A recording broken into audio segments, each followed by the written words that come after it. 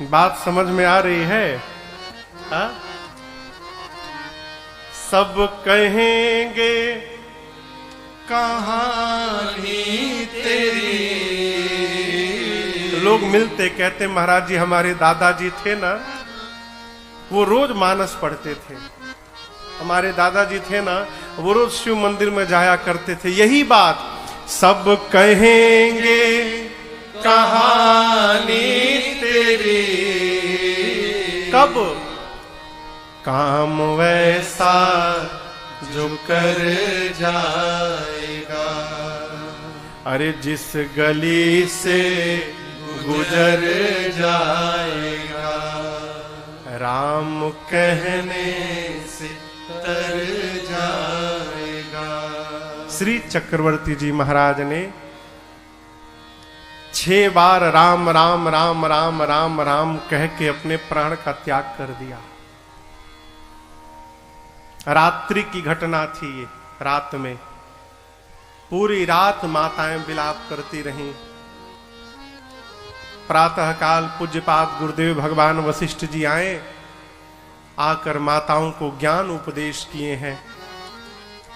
विडंबना देखिए, पिता के पार्थिव शरीर को अग्नि देने के लिए कोई पुत्र नहीं है। अग्नि कौन देगा? है? अस्तु गुरुदेव ने नाव में तेल भरकर, उस समय बर्फ की प्रथा नहीं थी, आजकल तो लोग बर्फ में रखते हैं शव को। नाव में तेल भरकर और पार्थिव शरीर को सुरक्षित कराया। और राम लक्ष्मण तो आने वाले नहीं हैं, अस्तु गुरुदेव भगवान ने दूतों को भेजा भरत भैया के पास। भरत जी अपने ननिहाल में थे। गुरुदेव ने दूतों को कहा कि यहां जो घटना घटी है बताना मत। यदि भरत को पता चल गया तो फिर भरत आने लायक नहीं रहेगा वहां से। आप तो केवल इतना कहना कि गुरुदेव ने याद किया है। इधर भरत भैया देखें रात भयानक सपना।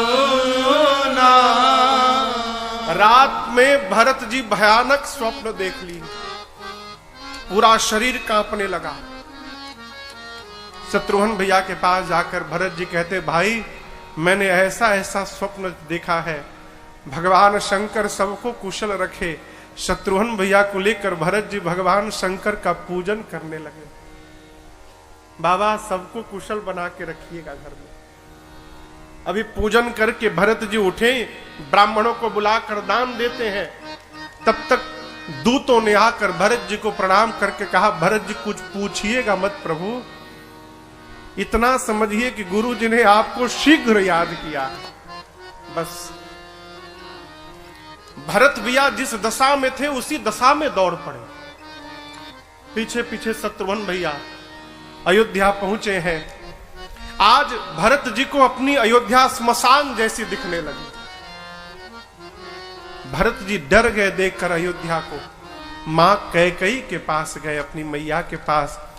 कैकेयी मैया ने द्वार पर भरत जी की आरती उतारी, दुलार किया, भीतर लेकर गई, कक्ष में जाकर बिठाया। मां कैकेयी ने पूछा, भरत मामा के घर सब कुशल है ना? भरत जी कहे, मां वहां तो सब कुशल है, भरत के घर में सब कुशल है ना मां?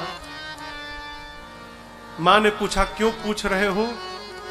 भरत जी कहते, मां जो अयोध्या की प्रजा भरत को प्राण के समान प्रेम करती थी मां, आज न जाने क्यों वो प्रजा भरत का मुख नहीं देखना चाहती थी।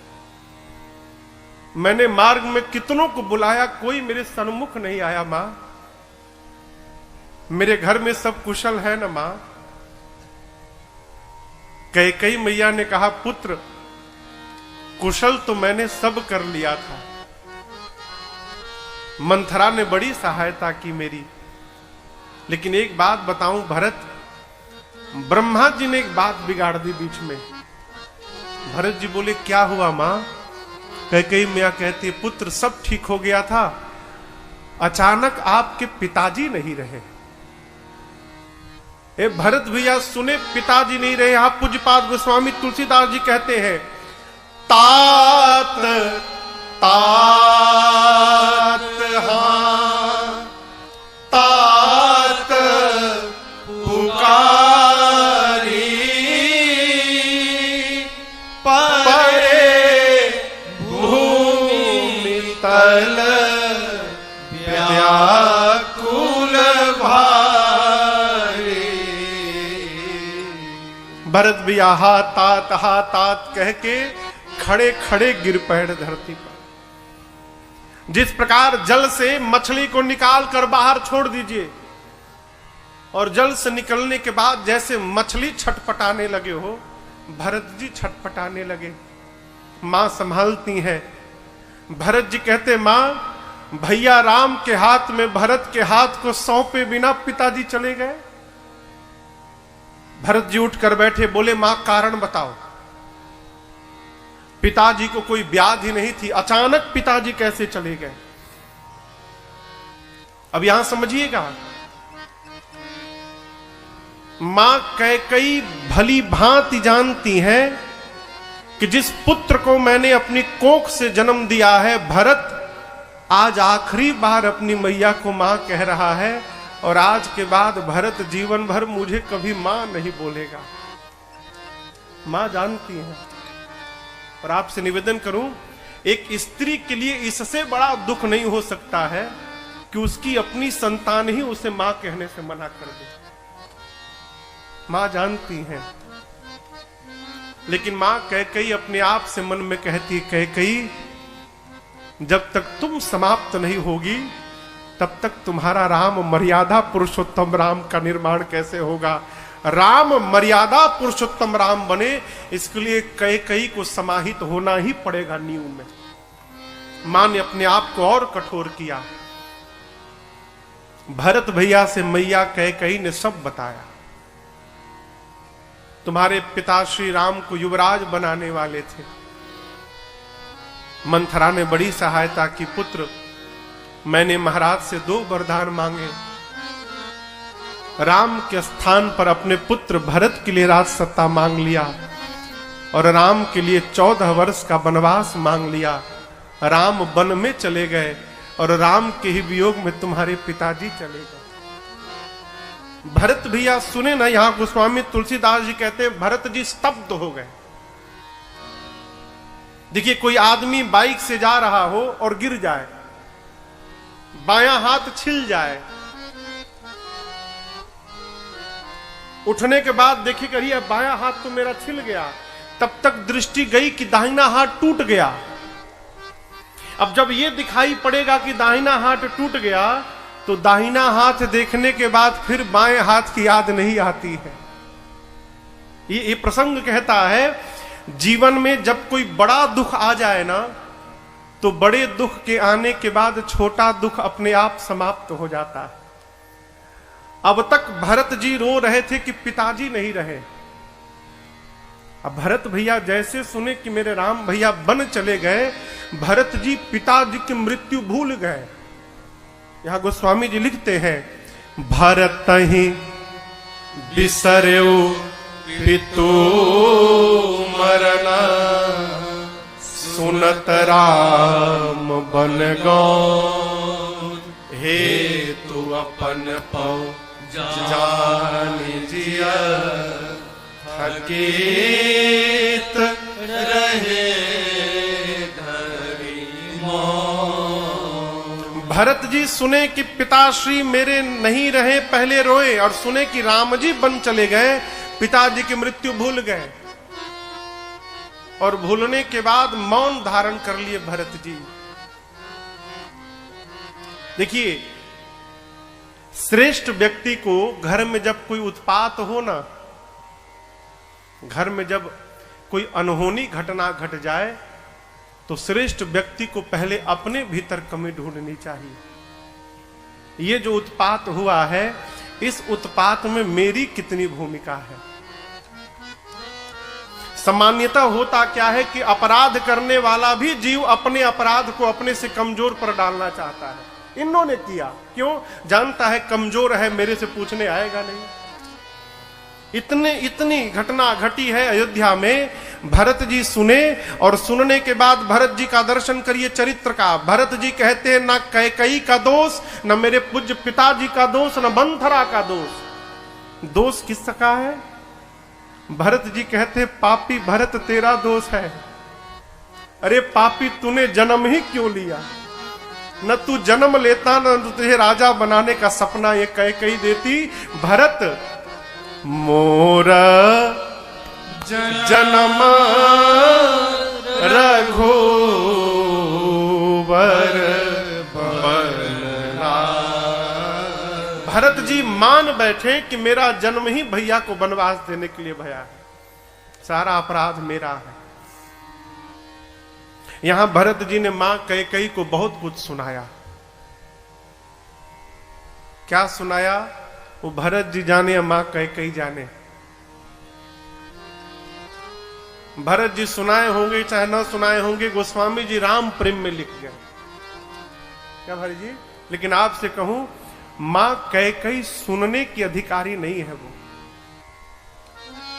राम जी के लिए जीवन में जितना बड़ा त्याग मेरी मां कैकेयी ने किया है माई बाप, उतना बड़ा त्याग संसार में किसी ने नहीं किया।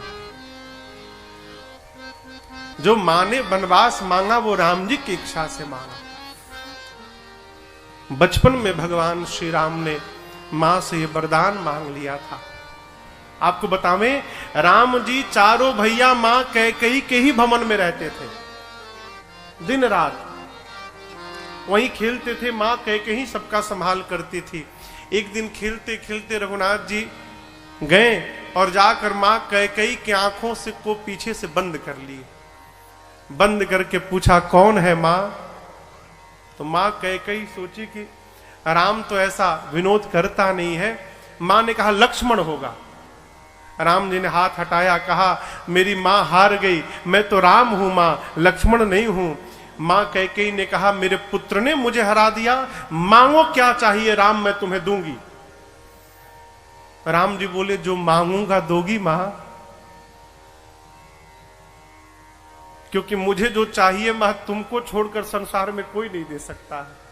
मां कैकेयी ने कहा राम प्राण मांगोगे प्राण निकाल कर दे दूंगी। राम जी बोले मां मैं प्राण नहीं लेने आया हूं, प्राण मांगूंगा तो मेरी मां मर जाएगी, लेकिन मैं जो मांगने वाला हूं ना उसमें मरोगी तो नहीं तुम, लेकिन मरे जैसी हो जाओगी। कोई तुमसे बात नहीं करेगा, कोई तुम्हारी ओर देखेगा भी नहीं, तुम सबकी नजरों से गिर जाओगी मां। मां कैकेयी ने कहा कि सबकी नजरों से तो गिर जाऊंगी, क्या अपने राम के भी नजरों से गिर जाऊंगी? राम जी ने कहा मां मेरी नजरों में मेरी मां सर्वकाल महान बनी रहेगी, मेरी नजरों में मेरी मां कभी नहीं गिर सकती। तब कैकेयी मैया ने कहा था राम मुझे संसार की आंख का नजर का परवाह भी नहीं है, यदि मैं अपने पुत्र की नजरों में नहीं गिरूंगी तो मांगो जो मांगोगे दूंगी मैं। तब राम जी ने कहा था मां पिताजी जब मुझे राजा बनाने का निर्णय ले तो आप किसी भी प्रकार से मुझे वन की ओर भेज देना। इस वचन के कारण मैया ने राम जी के लिए वनवास मांगा। भरत जी मां को सुनाए, मंथरा आई, शत्रुघ्न भैया ने मारा कुबर पर एक लात मंथरा के। भरत जी ने छुड़ाया है। भरत जी अब शत्रुघ्न भैया को लेकर पहुंचे कहां? मां कौशल्या के कक्ष में। पूज्यपाद गोस्वामी तुलसीदास जी ने इस दृश्य का जीवंत चित्रण किया है। देखिए आंख में जब आंसू रहता है ना तो धुंधला दिखाई पड़ता है मेरे भैया, साफ नहीं दिखता है। मां कौशल्या अपने कक्ष में बैठकर रो रही थी, आंख में आंसू है। द्वार पर भरत जी आए और आपसे निवेदन करूं, भरत जी और राम जी देखने में दोनों बिल्कुल एक जैसे। मां के नेत्र में आंसू थे, धुंधला दिखाई पड़ा, स्पष्ट मां देख नहीं पाई, सांवला शरीर दिखा। मां कौशल्या को लगा कि उनका राम लौट के चला आया हो। मां बिह्वल होकर दौड़ी है। गोस्वामी तुलसीदास जी कहते हैं मां इतनी विह्वलता में दौड़ी कि अभी द्वार के मध्य तक ही पहुंची थी, तब तक मां कौशल्या मूर्छित होकर गिर पड़ी। मां मूर्छित होकर गिरी, भरत जी आकर मां के चरणों से लिपट गए। मां की मूर्छा आ गई। मां ने भरत जी को उठाकर गोद में बिठाया। भरत जी मां से लिपट कर बहुत रोए और कहते, मां जब जब याद पड़े रघुराई,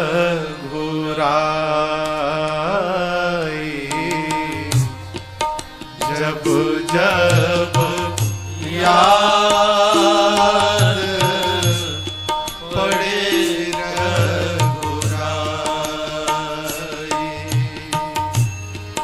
प्राण निकलना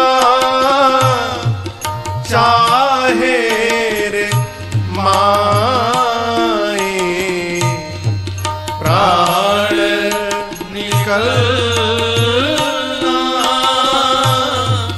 चाहे रे माए, जब जब याद पड़े रघुराई,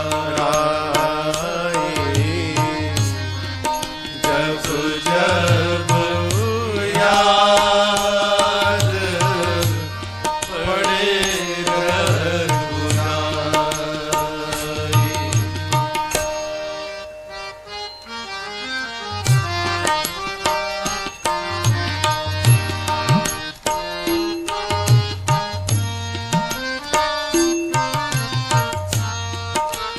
भरत जी कहते, मां कैसे होंगे भैया मेरे तपती धरा और जलती धूप में, हो कैसे होंगे भैया मेरे तपती धरा और जलती धूप में, हो कंकड़ीले राहे नंगे पाँव भाभी होंगी किस रूप में, हो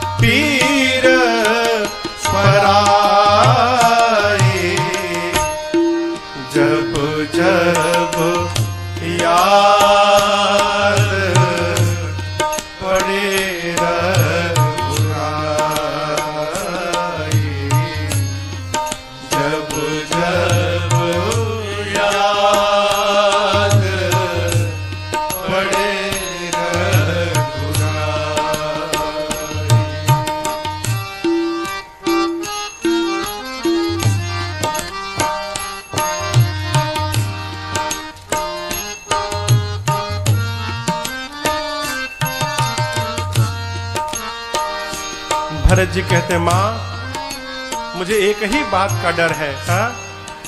डर लगता है भैया मुझे अब कभी ना अपनाएंगे, हो डर लगता है भैया मुझे अब कभी ना अपनाएंगे, हो अपने हृदय का शीशा कैसे हम निकाल कर दिखाएंगे। हो अपने हृदय का शीशा कैसे हम निकाल कर दिखाएंगे। माँ कैसे सहेंगे, कैसे सहेंगे ये लंबी जुदाई, जब जब याद पड़े रघुराई, जब जब याद पड़े रघुराई। प्राण निकलना चाहे माए, प्राण निकलना चाहे माए, जब जब याद पड़े रघुराई, जब जब याद पड़े रघुराई।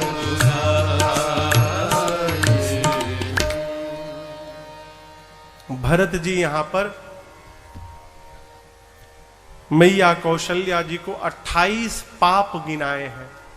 कितने पाप? 28।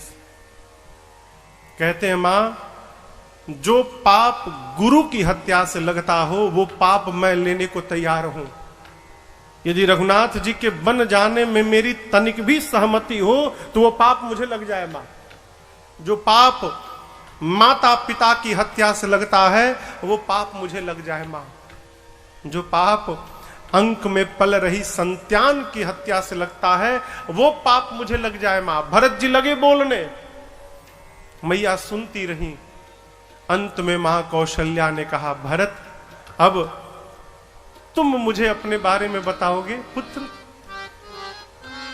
भरत, जिस सूर्य के आने के बाद अंधकार समाप्त होता है ना, यह संभव है कि किसी दिन अंधकार ही सूर्य को निगल जाए। ये हो सकता है।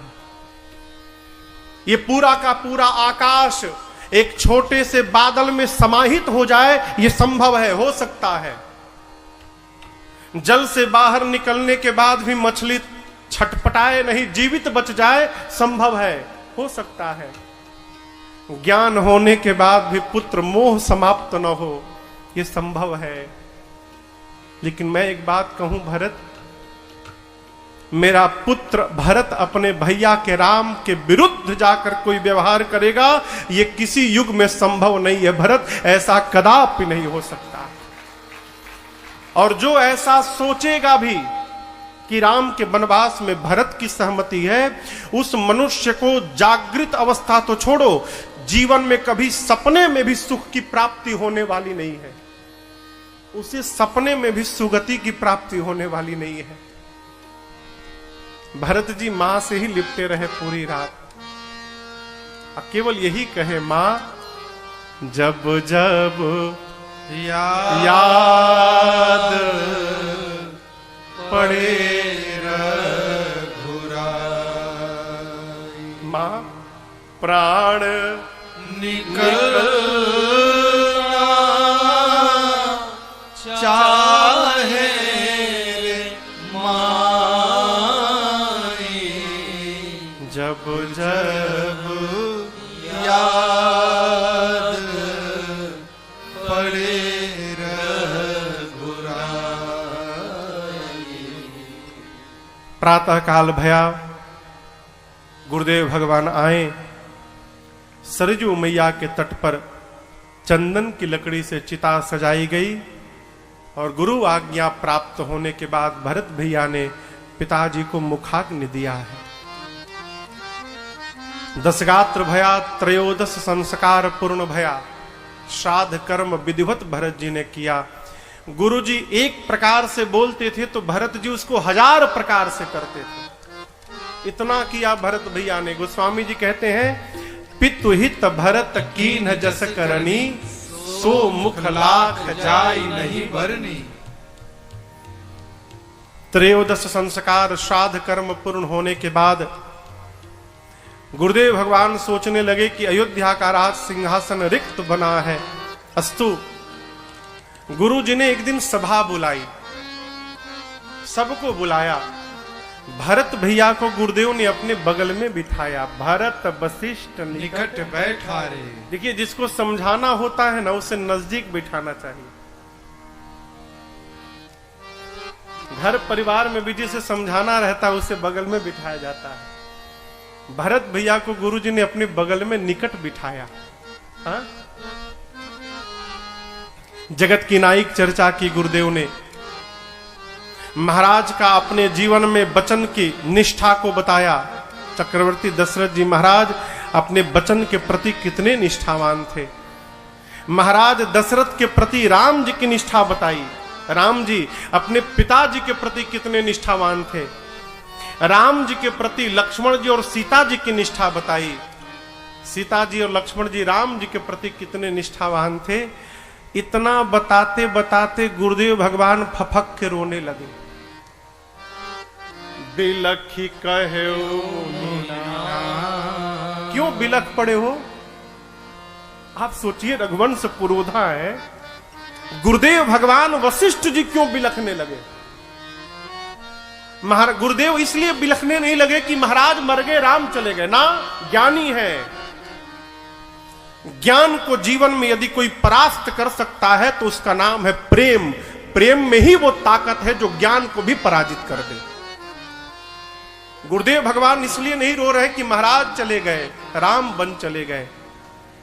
गुरुदेव ने भरत जी से महाराज की निष्ठा बताई, महाराज के प्रति राम की निष्ठा बताई और राम जी के प्रति लक्ष्मण जी और जानकी जी की निष्ठा बताई कि राम के प्रेम में लक्ष्मण सीता अयोध्या की सत्ता छोड़कर वन में चले गए। और इतना बोलने के बाद वशिष्ठ जी अपने बारे में सोचने लगे, मैं ज्ञानी हूं, मेरे से श्रेष्ठ तो लक्ष्मण और सीता निकल गए जो राम प्रेम में सर्वस्व का त्याग करके उनके साथ चले गए, और मैं ज्ञानी बनकर यहां उपदेश कर रहा हूं, मैं कहां खड़ा हुआ। ये चिंतन करके गुरुजी रोने लगे और कहे, पुत्र भरत, विधाता ने मनुष्य को बनाकर संसार में भेजा, सब कुछ मनुष्य के हाथ में दिया, परंतु 6 वस्तुओं पर ब्रह्मा जी अपना अधिकार रखे। हानि लाभ, जीवन मरण और यश और अपयश। इस पर हमारा आपका कोई अधिकार नहीं है। डॉक्टर साहब केवल दवा दे सकते हैं, रोगी बचेगा कि जाएगा ये डॉक्टर साहब के हाथ में नहीं है। कब जन्म लेना है, कब जाना है, कितना लाभ होगा, कितनी हानि होगी। आप किसी ने कहा सर में दर्द है, यहां दर्द है, हल्का हल्का बुखार है, आपने कहा कालपोल खा लो 650। आप तो उसका हित करने के लिए दिए, उसने दवाई खाई, रिएक्शन कर गया, सीताराम। घर वाले बोले आपने दवा बताया, आपके दवा के चलते अमुक व्यक्ति चला गया। आप करने गए यश के लिए, आपको मिल गया अपयश। यश अपयश अपने हाथ में नहीं है। गुरुदेव भगवान ने कहा, भरत आप अपने पिताजी की मृत्यु को लेकर सोच मत करिए, आपके पिताजी सोच करने लायक नहीं है पुत्र। भरत उस ब्राह्मण का सोच करना चाहिए जीवन में जो विप्रवंश में जन्म लेने के बाद वेद नहीं जानता है। सोचिए विप्र जो वेद विहीना, अपने धर्म का त्याग करके जो ब्राह्मण केवल विषय में रत है, वो ब्राह्मण सोच करने योग्य है। पुत्र, वो राजा, वो क्षत्रिय सोच करने योग्य है जो अपनी प्रजा को प्राण के समान प्रेम न करे, और जो राजा नीति का पालन न करे वो राजा सोच करने योग्य है। बैस बनिया, गुरुदेव भगवान कहते भरत वो बणिक सोचनीय है जो धनवान होने के बाद कंजूस बनकर बैठा है।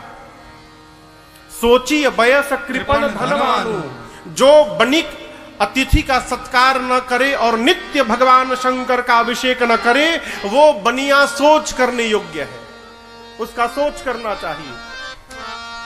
वो सेवक सोचनीय है पुत्र, जो मुखर हो, मान प्रिय हो और ज्ञान के गुमान में अपने से श्रेष्ठ का अपमान करता हो, वो सेवक सोच करने योग्य है। वो स्त्री सोचनीय है पुत्र, जो घर में बात बात पर कलह करती हो, केवल अपने मन से विचरण करती हो, अपने पति का निंदा और उसका अपमान करती हो, वो स्त्री सोच करने योग्य है।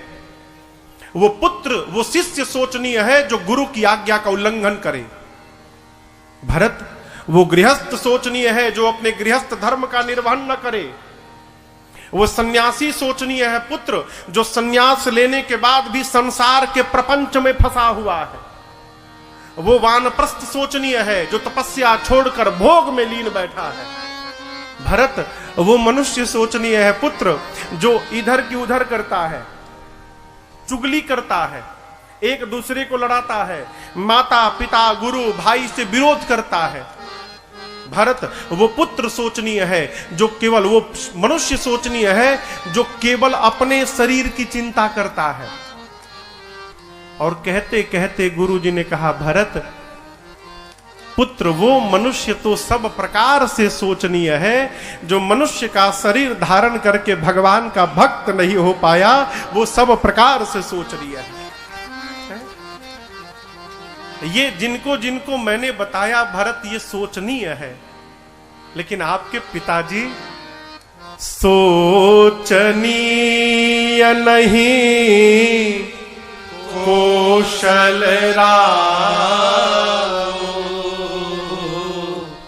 भुवन चारित दस प्रगट प्रभाव।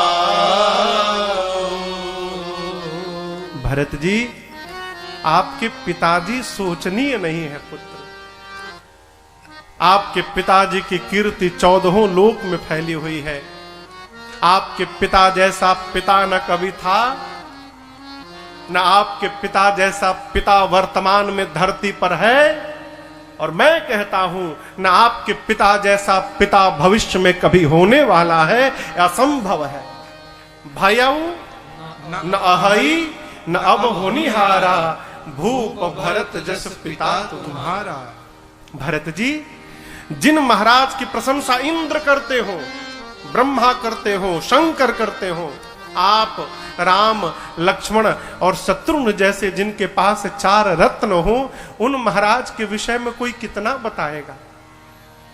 एक वाक्य कहता हूं भरत, आपके पिताजी सब प्रकार से बड़भागी थे। और देखिए ना, आपके पिताजी को उनका वचन प्रिय था, प्राण प्रिय नहीं था। यदि प्राण प्रिय रहता तो महाराज प्राण बचाते, वचन का त्याग कर देते।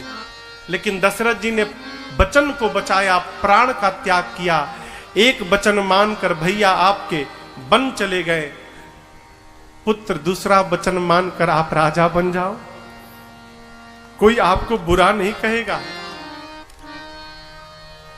भरत जी कहे गुरुदेव एक बात बोलूं मैं। गुरु जी ने कहा कहिए। भरत जी बोले गुरु जी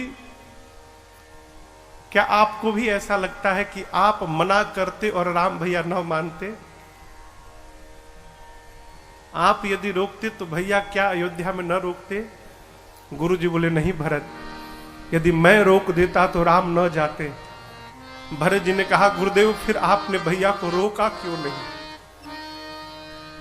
गुरुदेव भगवान ने कहा भरत यदि मैं राम को रोक लेता तो राम का अनिष्ट हो जाता, क्योंकि आपके पिताजी ने राम की ही सौगंध ली थी कि कैकेयी जो मांगोगी तुम दूंगा। यदि वचन पूर्ण न होता तो सारा दोष राम पर आता, इसलिए मैंने नहीं रोका। भरत जी मौन हो गए। फिर बोले, गुरुजी, कैकेयी ने पहला वरदान मांगा भरत का राज तिलक, और दूसरे वरदान में भैया का वनवास मांगा। आप रोक नहीं सकते थे। ये तो कह सकते थे कि महाराज सबसे पहले पहला वचन पूर्ण करिए, उसके बाद दूसरा वचन पूर्ण होगा, इतना बोल सकते थे ना। गुरुजी बोले, बेटा ये तो मैं कर सकता था। भरत जी बोले, आपने क्यों नहीं किया गुरुदेव? यदि मैं पहले राजा बनता तो मैं राजा बनते राज आज्ञा पारित कर देता कि मेरे भैया बन नहीं जाएंगे, राम भैया यहीं रुक जाते और मैं पूरी राज सत्ता भैया के चरणों में समर्पित कर देता। आपने ऐसा क्यों नहीं किया? अब गुरुजी निरुत्तर हो गए। बहुत सोचने के बाद कहे, भरत, मुझे तो लगता है पुत्र राम ही बन जाना चाहते थे, इसलिए ये विचार उस समय मेरे मन में आया ही नहीं। राम के वियोग में आपके पिताजी चले गए, अब आप इस प्रकार व्यवहार न करिए। भरत जी कहते, गुरुदेव क्षमा करिए, पिताजी भैया राम के वियोग में नहीं गए, पिताजी ने अपने प्राण को बचाने का मार्ग भी बता दिया था। यदि राम पिताजी को बचाना चाहते थे तो उनको अयोध्या से निकालकर भैया के पास पहुंचा देते, तो पिताजी ने कहा था मैं प्राण का त्याग नहीं करूंगा। पिताजी अयोध्या में रहे, भैया के वियोग में नहीं मरे।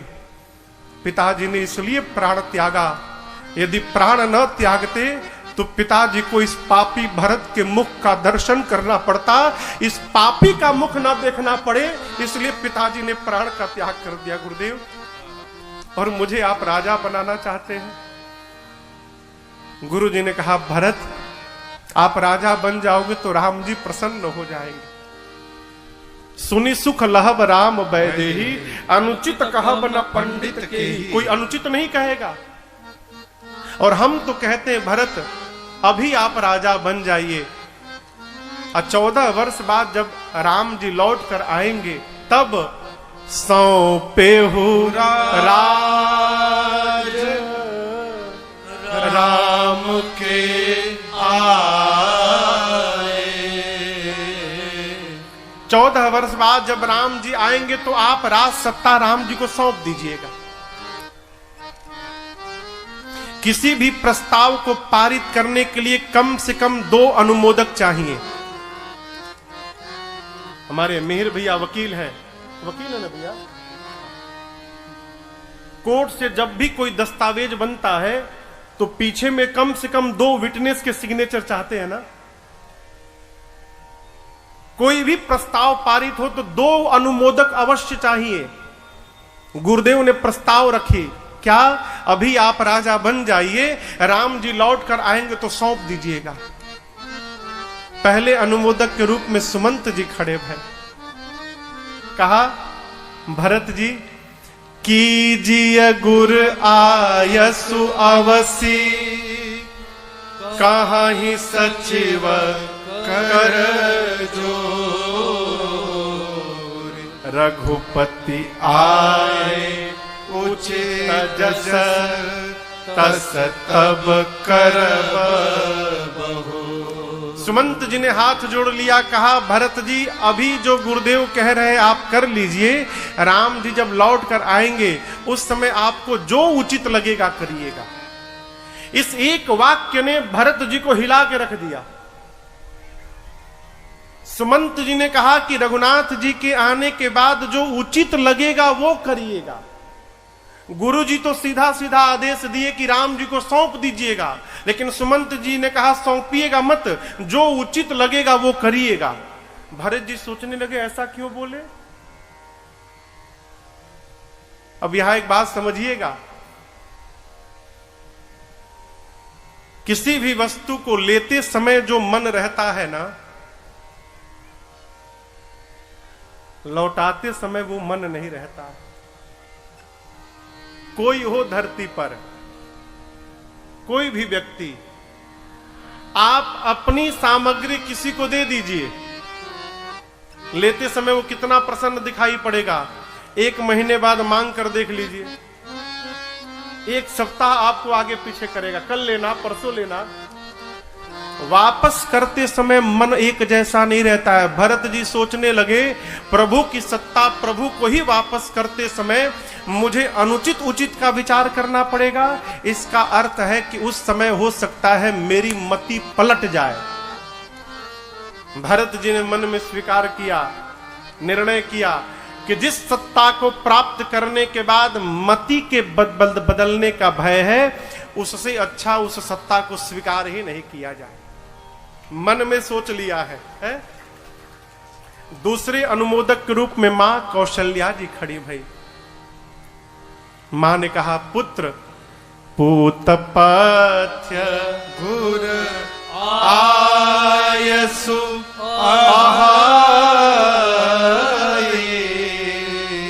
भरत, जो गुरु जी कह रहे हैं वही आपके लिए पथ्य है।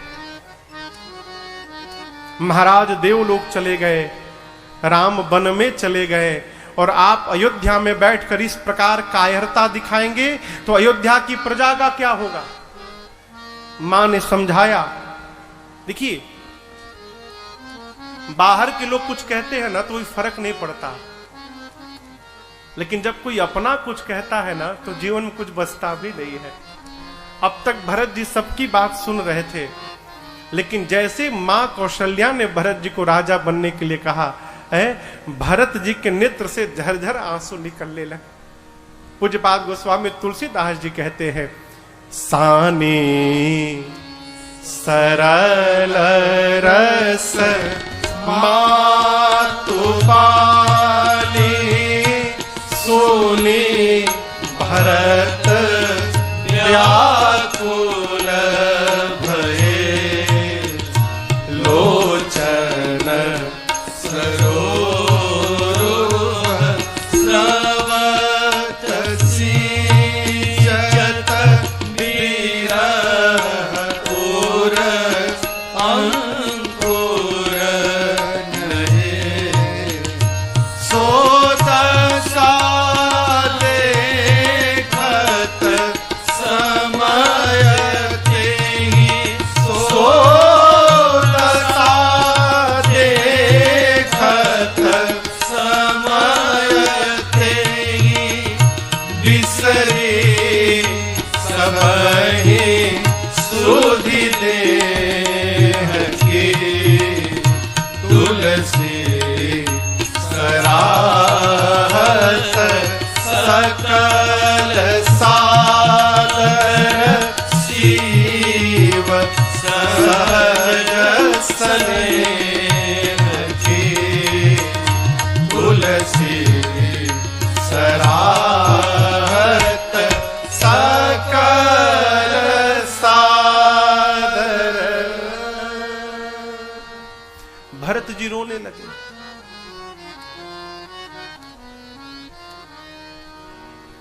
अच्छा, यह एक प्रश्न का उत्तर दीजिए।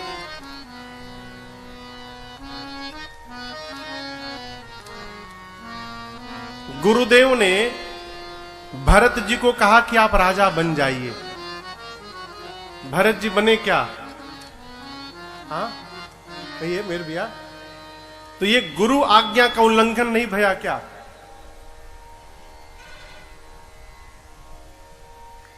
हाँ, लग रहा है ना, लेकिन उल्लंघन नहीं भया, क्योंकि भरत भैया गुरु जी की बात को आज्ञा मान ही नहीं रहे। मैं यहां कथा कर रहा हूं, आपसे कहता हूं कि भगवान के नाम का स्मरण करना चाहिए, तो मैं आपको आज्ञा नहीं दे रहा हूं, मैं उपदेश कर रहा हूं। उपदेश सुनने के बाद आपके ऊपर है कि उस उपदेश को मानना है कि नहीं मानना है। आपको जो उचित लगे उसका निर्णय आपको करना है। यदि आज्ञा दी जाए तो फिर आपके विचार करने का काम समाप्त है, आपको उसको अक्षरशः पालन करना पड़ेगा। गुरु जी की बात को भरत जी आज्ञा मान ही नहीं रहे। भरत जी बोलते हैं क्या? मोहि उपदेश दीन गुरु नीका। गुरुदेव ने मुझे नीक यानी सुंदर उपदेश दिया। मैं जानता हूं कि गुरु जी प्रजा सचिव सम्मत सबही का प्रजाजन, सुमंत जी, मेरी मां कौशल्या, आप सब मेरे हित की बात कर रहे हैं, इस बात को मैं जानता हूं। लेकिन क्या कहूं, ये जानने के बाद भी भरत के हृदय को शांति नहीं मिल रही। पिताजी देवलोक चले गए, बड़े भैया वन में चले गए, और आप इस भरत को राजा बनाकर मेरा हित देख रहे हैं।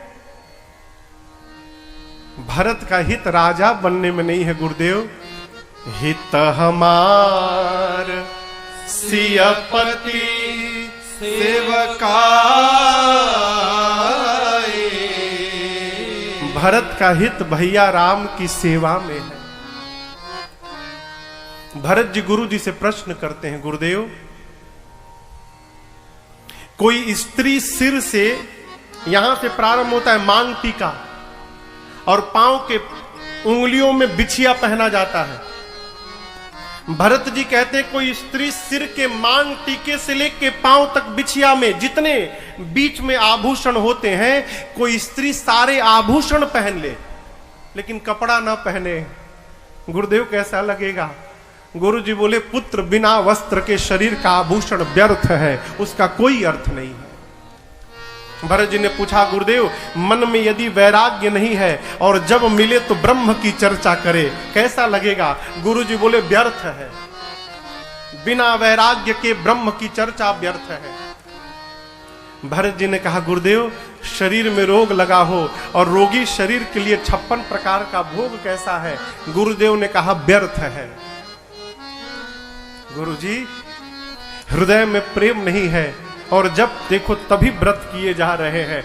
गुरु जी ने कहा बिना प्रेम के किया गया जप तप व्रत सब व्यर्थ है। गुरुदेव सुंदर शरीर हो लेकिन उस शरीर में प्राण ना हो, गुरु जी ने कहा पुत्र बिना प्राण के वो शरीर व्यर्थ है। लेकिन भरत तुम पूछ क्यों रहे हो? भरत जी ने कहा, गुरु जी आपने कहा है बिना शरीर पर वस्त्र के शरीर का आभूषण व्यर्थ है। मन में यदि वैराग्य नहीं है तो ब्रह्म की चर्चा व्यर्थ है।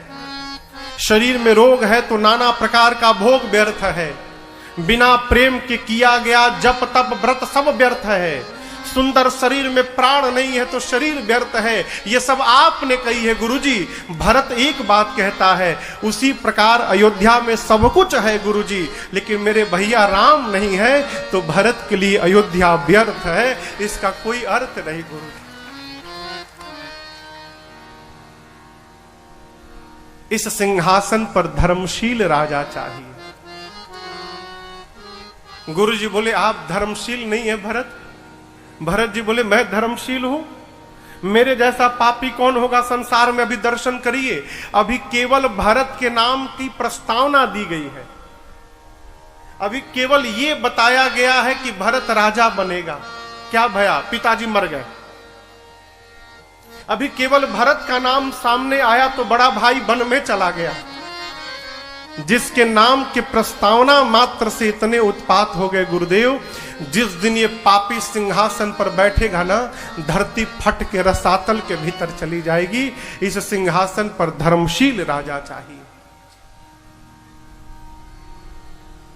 पूरी प्रजा मौन होकर भरत जी की बात सुन रही है।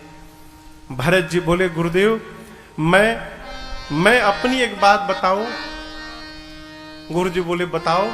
भरत जी कहते गुरु जी देखे बिनु रघुनाथ पद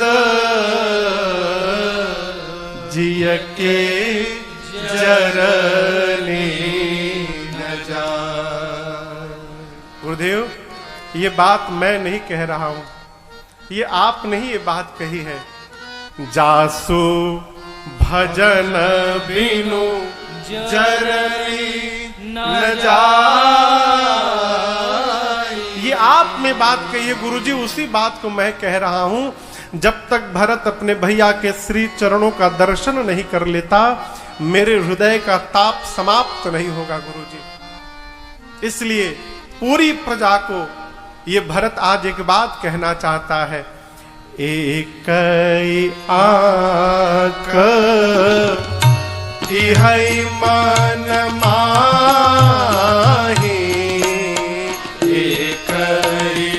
एक ही बात है मन में, इहै मन माही।